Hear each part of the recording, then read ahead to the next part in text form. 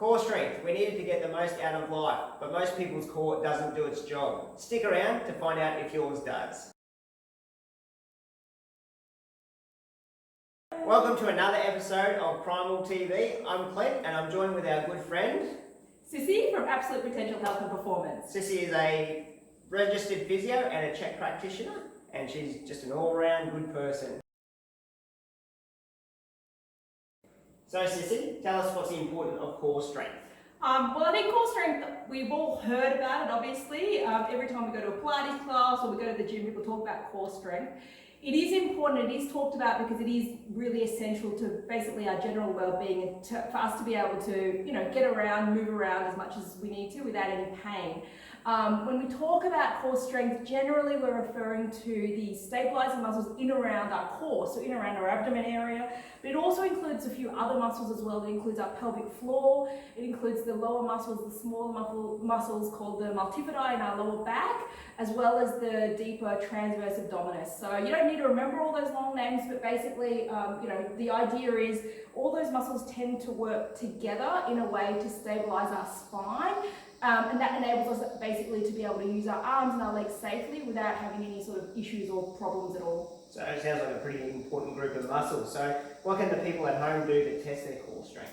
So I'll show you a test, but I guess a couple of the most obvious or most common signs that I tend to see is one, low back pain. So low back pain is really commonly associated with having poor core and having that lack of stability in around the spine and the abdominal area, The other really common thing that I see from a posture point of view is, and I'll show you from the side because it's a little bit easier to see, you probably know people that kind of tend to stand like this, so their hips are sort of tilted forward, their belly's kind of pouching out. They don't necessarily need to be overweight, but you'll see this really common kind of, anteriorly tilted pelvic position, a lot of sort of curve in the lower back, and it kind of feels a bit comfortable, you know what I mean? But a lot of people that are in this position tend to not have very good core muscles, because if you're thinking about the core in through the front here, if they were working quite well, we wouldn't need to sort of bend forward as much as possible, wouldn't need to slash, we'd be able to keep all those muscles in nice and tight. So they're probably the two common things that I see.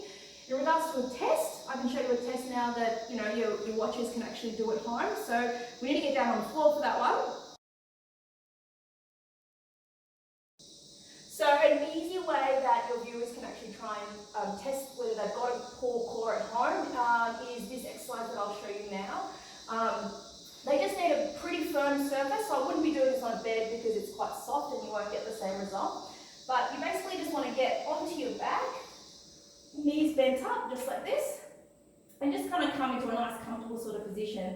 You then want to find your L3, so your lumbar spine, there's 5 of them, you want to find L3, which is in the middle, which is about the same level as your belly button in through here. So if you find your belly button and you find the point that kind of matches up to that, just press your fingers underneath the middle part of your spine, approximately where your navel is, okay? So for people to test their core, what you then want to do is apply pressure, so you want to tilt your pelvis back, contract the lower abdominal muscles, and put that pressure on your fingers basically. You then want to challenge that core to see if it's actually working. So while maintaining the pressure on your fingers, you want to lift your leg up and then down. You can do it with the other leg as well, and down. And what you're basically looking for is you shouldn't feel your spine lift up off your finger at all. So if your core's functioning and you can do it and basically hold it on that whole time while you're lifting your leg up and down, that shows that your core's in pretty good shape. What most people will find is that as they lift or lower the leg, that pressure comes off their finger. So they've actually lost the core and they're starting to arch the back in response to having to manage the weight of their leg. So that's a pretty easy sort of test that people could try at home, just to see whether their core's functioning or not. Awesome. Join us next episode for an exercise and tips to get your core working efficiently. Remember to like and subscribe this video and share with any of your friends that you think need their core worked on.